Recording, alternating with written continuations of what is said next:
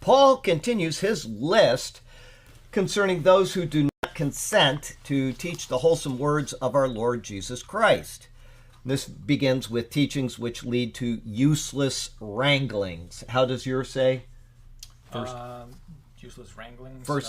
The first conservation among people who depraved in mind, the pride of truth, imagine godliness the means of gain.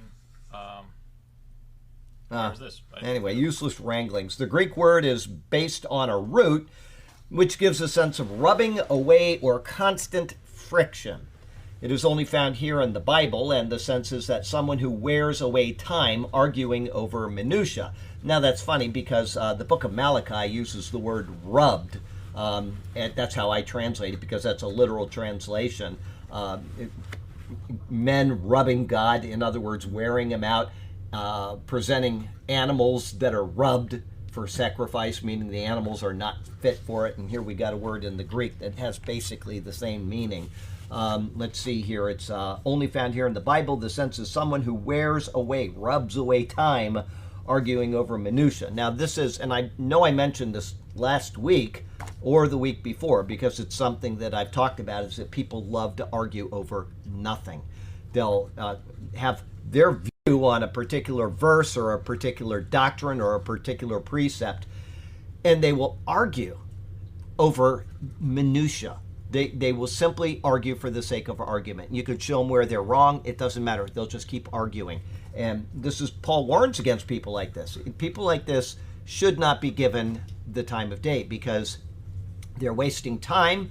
They're only, I quoted the verses from Proverbs, don't argue with a fool, lest you be be degraded in his eyes or something, or in your own eyes something, and then argue with the fool lest he be exalted in his own eyes. So there's a time when you argue with the fool, there's a time when you don't.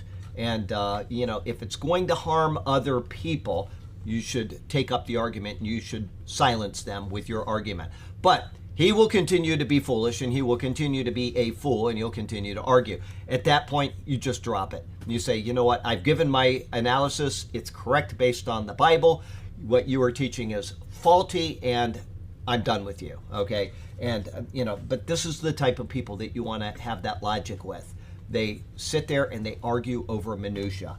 This perverse attitude demonstrates someone who consumes his time and the time of others arguing over things that have absolutely no practical value at all. There's nothing that will edify anybody. There's nothing that will build anybody up. There's nothing that will, you're just not going to get any sense of achievement or accomplishment when you've left the class or the church service or the conversation with that person.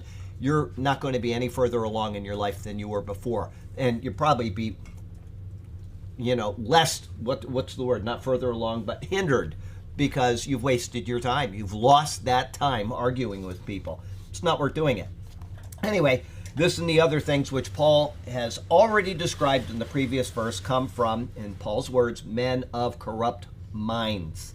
And that's, it doesn't matter what it is. It can be religion, it can be politics, it can be work related. It doesn't matter what it is.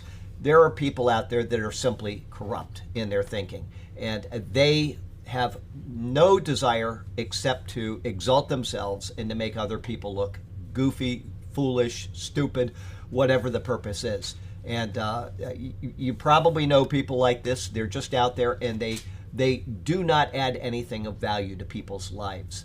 And, they're there. And Paul acknowledges this. This has been the human condition since the beginning. It was that way during the time of the Old Testament. He wasn't really, I was thinking of Nabal, but he wasn't really an example of that. He was just a selfish, greedy guy. But anyway, the Old Testament will highlight people like this. There are several places for certain, sons of Belial and whatever, but Paul's time they were there. They're there in the writings of the church throughout history, and they're there today. People that they want nothing but to cause dissension, to cause division, to exalt themselves, etc. Anyway.